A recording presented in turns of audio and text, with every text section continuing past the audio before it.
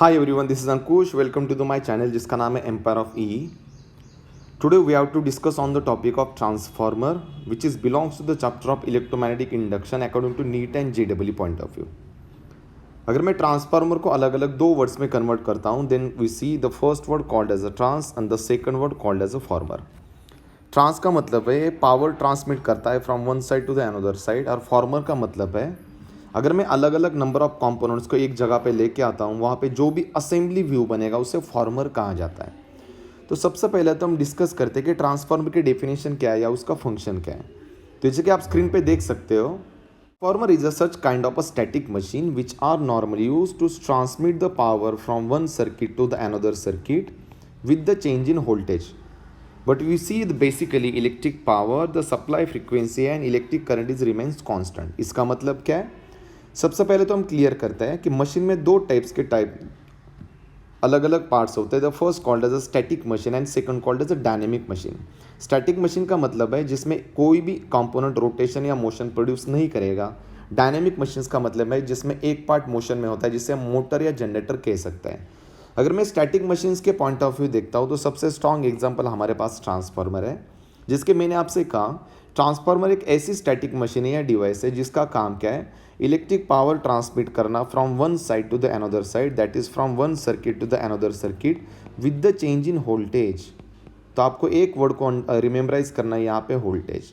With the change in voltage का मतलब क्या है, यहाँ पे एक ही चीज़ वेरी होती है जिसे मैं वोल्टेज कह सकता हूँ. पर अगर मैं बेसिकली देखता हूँ, electrical power and the supply frequencies always remains constant. That means transformer सिर्फ एक ही फंक्शन के लिए यूज़ किया जाता है जिसका काम है सिर्फ वोल्टेज को वेरी करना. पर अगर मैं इलेक्ट्रिक पावर की बात करता हूँ या अल्टरनेटिंग करंट सप्लाई फ्रीक्वेंसी की बात करता हूँ तो वो चीज़ें कभी भी चेंज नहीं हो सकती, इसलिए उसको कांस्टेंट कहा जाता है. ओके उसमें के कुछ बेसिक कैरेक्टरिस्टिक्स है, बेसिक प्रॉपर्टीज़ है, उसको भी हम यहाँ पे क्लियर करते हैं. सबसे पहले चीज़, तो ट्रांसफार्मर को स्टैटिक मशीन कहा जाता है. The second most important thing, the transformer is always works on AC supply. अगर आप ऐसा सोच रहे हो कि यार मैं ट्रांसफार्मर के प्राइमरी साइड को डीसी सप्लाई यूज़ करके ट्रांसफार्मर को ऑपरेट करूँगा, तो ऐसा पॉसिबल नहीं है. अगर हम गलती से भी ट्रांसफार्मर के प्राइमरी वाइंडिंग को डीसी सप्लाई लगाते हैं तो ट्रांसफार्मर का rate of change of flux जो होता है ना, वो पूरा नलीफाई हो जाएगा. इसका मतलब वो जीरो हो जाएगा. सो ट्रांसफार्मर सेकेंडरी वाइंडिंग को ईएमएफ जनरेट नहीं कर सकेगा. तो पहली बात तो दिमाग में डाल लीजिए कि transformer is always works on only AC, not on DC. अगर वैसे भी देखा जाए तो एसी के दो टाइप्स होते हैं, single phase and three phase. अगर मुझे स्मॉल रेटिंग का ट्रांसफार्मर लेना है then we are refer to the single phase. अगर बड़े रेटिंग का लेना है then we have to refer for three phase. अगर मैं थर्ड कैरेक्टरिस्टिक्स की बात करता हूँ तो सबसे याद रखिए, ट्रांसफार्मर की जो इनपुट साइड है ना, वो कभी भी सोर्स को कनेक्ट की जाती है, और ट्रांसफार्मर की जो आउटपुट साइड है वो लोड को कनेक्ट की जाती है. जैसे आप डायग्राम में देख सकते हो, the primary side of transformer is always connected to the source and secondary side of transformer is connected to the load. हमारे पास तीन टाइप्स के लोड होते हैं. The first called as a resistive, inductive and capacitive. आप किसी भी प्रकार का लोड सेकेंडरी वाइंडिंग को कनेक्ट कर सकते हैं. उसमें भी हमें एक चीज़ रिमेंबराइज करनी है कि हम लोड और अल्टरनेटिंग सोर्स की पोजीशन इंटरचेंज नहीं कर सकते. And the fourth position is its total working principle is depends on only single law that is called as Faraday's law of electromagnetic induction. जैसे कि मैंने आपको पढ़ाया था, इलेक्ट्रोमैग्नेटिक इंडक्शन में इंडक्शन के दो प्रोसेस होते हैं. The first called as a self induction and the second called as mutual. पर यहाँ पे जो प्रिंसिपल यूज होता है ना, उसे म्यूचुअल इंडक्शन कहा जाता है. क्यों म्यूचुअल इंडक्शन? कॉमन सेंस की बात है. One winding on the left side and another winding on the right side, both are separated from each other and both are connected to each other by using a laminated core. और core में जो भी dotted line आपने को देख को मिलती है उसे फ्लक्स कहा जाता है. तो ये फ्लक्स ट्रैवल करता है from primary winding to secondary winding. ऐसा फ्लक्स जो दोनों भी वाइंडिंग को लिंक करता है, उस फ्लक्स को हम म्यूचुअल फ्लक्स कहते हैं. इसलिए सारे प्रोसेस को और सारे फिनोमेनन को म्यूचुअल इंडक्शन कहा जाता है. सो आपको यहाँ पे रिमेंबराइज करना है, कोई भी ट्रांसफार्मर हो एक ही प्रिंसिपल पे ऑपरेट होगा. It is called as Faraday's law of electromagnetic induction, जिसमें म्यूचुअल इंडक्शन यूज होगा.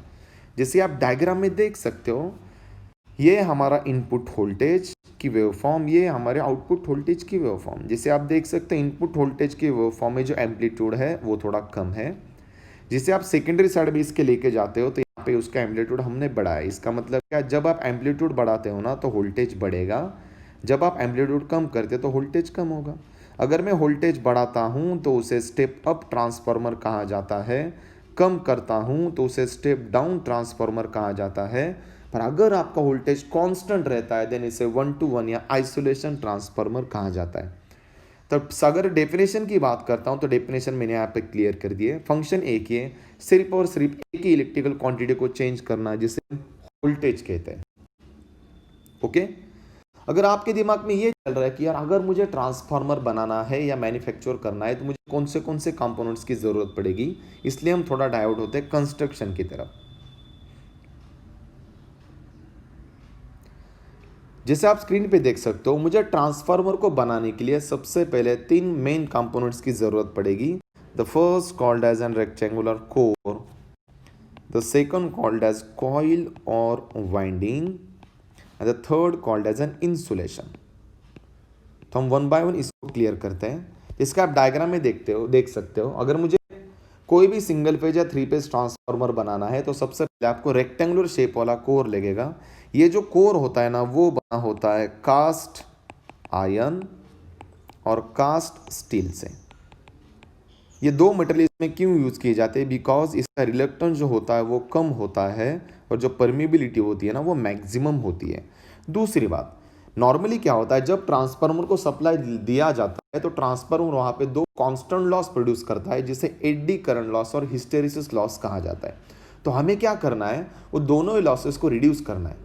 पर वो तो पॉसिबल नहीं है क्योंकि दोनों लॉसेस कांस्टेंट है। आप लोड लगाइए या मत लगाइए, ये दो लॉसेस 100% आपको वहां पे देखने को मिलते हैं। तो हम उसको जीरो तो नहीं कर सकते पर हम उसको कॉम्पेंसेट या उसको रिड्यूस या उसको डिक्रीज कर सकते हैं। तो हम क्या करते हैं, यहाँ पे कोर में जो भी एडी करंट लॉस और हिस्टेरिसिस लॉस बनता है तो उसको रिड्यूस करने के लिए एक अलग टाइप का कोर यूज किया जाता है जिसे कहा जाता है लैमिनेटेड स्टील कोर। अगर मैं किसी भी ट्रांसफार्मर को अलग अलग छोटे छोटे क्रॉस सेक्शंस में कन्वर्ट करता हूं या उसमें सिलिका कंटेंट डालता हूं तो उससे क्या होता है, उसकी परमिबिलिटी बढ़ती है और एडी करंट लॉस जो होता है वो बहुत ही कम होता है। तो आपको यहाँ पे याद रखना है कि हमें ऐसे टाइप का कोर यूज़ करना है जिसकी परमेबिलिटी बहुत ही मैक्सिमम होनी चाहिए और रिलक्टेंस कम होना चाहिए।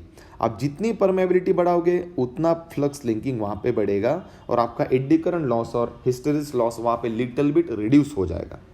अगर मैं सेकंड कंपोनेंट की बात करता हूँ तो उसे वाइंडिंग या कॉइल कहा जाता है।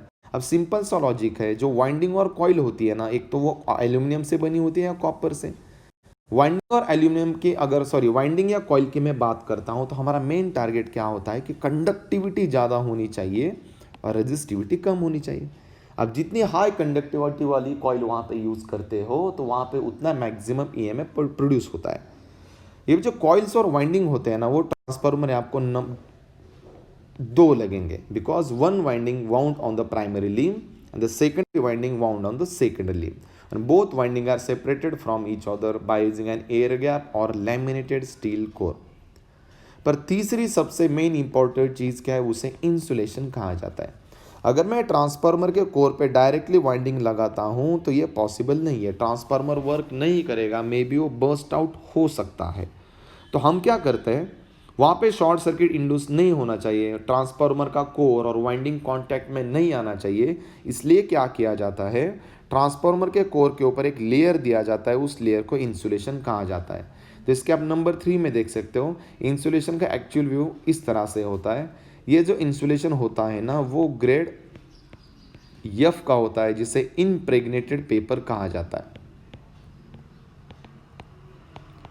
तो ये जो इम्प्रेग्नेटेड पेपर होता है ना वो वाउंड किया जाता है कोर पे और उसके ऊपर वाइंडिंग वाउंड की जाती है। तो सिंपल सा लॉजिक है, अगर मेरे पास दो वाइंडिंग्स है ना तो आपको दो इंसुलेशंस लगेंगे, one insulation wound on the primary limb and the second insulation wound on the secondary limb. अगर मैं सारे कंपोनेंट्स को एक जगह पे लाता हूं तो ट्रांसफार्मर का एक्चुअल व्यू कैसे बनेगा वो देखिए। ये है ट्रांसफार्मर का एक्चुअल व्यू जिसे मैं क्रॉस सेक्शन व्यू भी कह सकता हूँ या ट्रांसफार्मर की कंस्ट्रक्शनल व्यू भी कह सकता हूँ। जैसा आप देख सकते हो ये लैमिनेटेड स्टील कोर है हमारे पास रेक्टेंगुलर। जो हॉरिजॉन्टल पार्ट होता है ट्रांसफार्मर का उसे योक कहा जाता है। जो वर्टिकल पार्ट होता है ट्रांसफार्मर का उसे लिम्ब कहा जाता है। जैसे आप देख सकते हो ट्रांसफार्मर में आपको दो लिम्स मिलेंगे, L1 एंड L2। उसे समटाइम्स पिलर्स भी कहा जाता है। जो लिम्ब लेफ्ट साइड में होती है उसे प्राइमरी लिम्ब कहा जाता है, ऑन द राइट साइड उसे सेकेंडरी लिम्ब कहा जाता है। प्राइमरी लिम्ब पे जो वाइंडिंग वाउंड की जाती है उसे प्राइमरी वाइंडिंग कहा जाता है, जिससे हम दो टर्मिनल्स लेफ्ट साइड मिलेंगे सोर्स को कनेक्ट करने के लिए। सेकेंडरी लिम्ब पे जो वाइंडिंग वाउंड की जाती है उसे सेकेंडरी वाइंडिंग कहा जाता है, जिसमें से मैंने दो टर्मिनल्स बाहर निकाले लोड को कनेक्ट करने के लिए। इसका मतलब क्या है, प्राइमरी वाइंडिंग के जो भी नंबर ऑफ टर्न्स है उसे N1 से प्रोनाउंसिएट किया जाता है, सेकेंडरी साइड के नंबर ऑफ टर्न्स उसे N2 से। Primary voltage is nothing but V1, secondary voltage is nothing but V2। जब मैं ट्रांसफार्मर को सोर्स के साथ कनेक्ट करता हूँ, current passing through primary winding I1 and the current passing through secondary winding I2। Now the main thing, अगर आपको ऐसा लग रहा है कि यार ये ट्रांसफार्मर वोल्टेज कैसे बढ़ाता है और कैसे कम करता है, नंबर ऑफ टर्न्स कितने चाहिए, ये म्यूचुअल इंडक्शन यहाँ पे कैसे वर्क करेगा, कैसे पावर कांस्टेंट होती है, सिर्फ वोल्टेज कैसे वैरी होता है और ट्रांसफार्मर कैसे बेसिकली वर्क करता है, इसको अच्छी तरह से अंडरस्टैंड करने के लिए मैं दूसरे वीडियो को आपको इजीली वहाँ पे सर्च करना पड़ेगा, वर्किंग प्रिंसिपल ऑफ ट्रांसफार्मर को देखने के लिए। ओके, ना this is sufficient for this. अगर आपको इसमें कोई क्यूरी है तो आप उसको कमेंट बॉक्स में जाके मेंशन कर सकते हो। So guys, stay home, stay safe, have a nice day, see you soon and next video.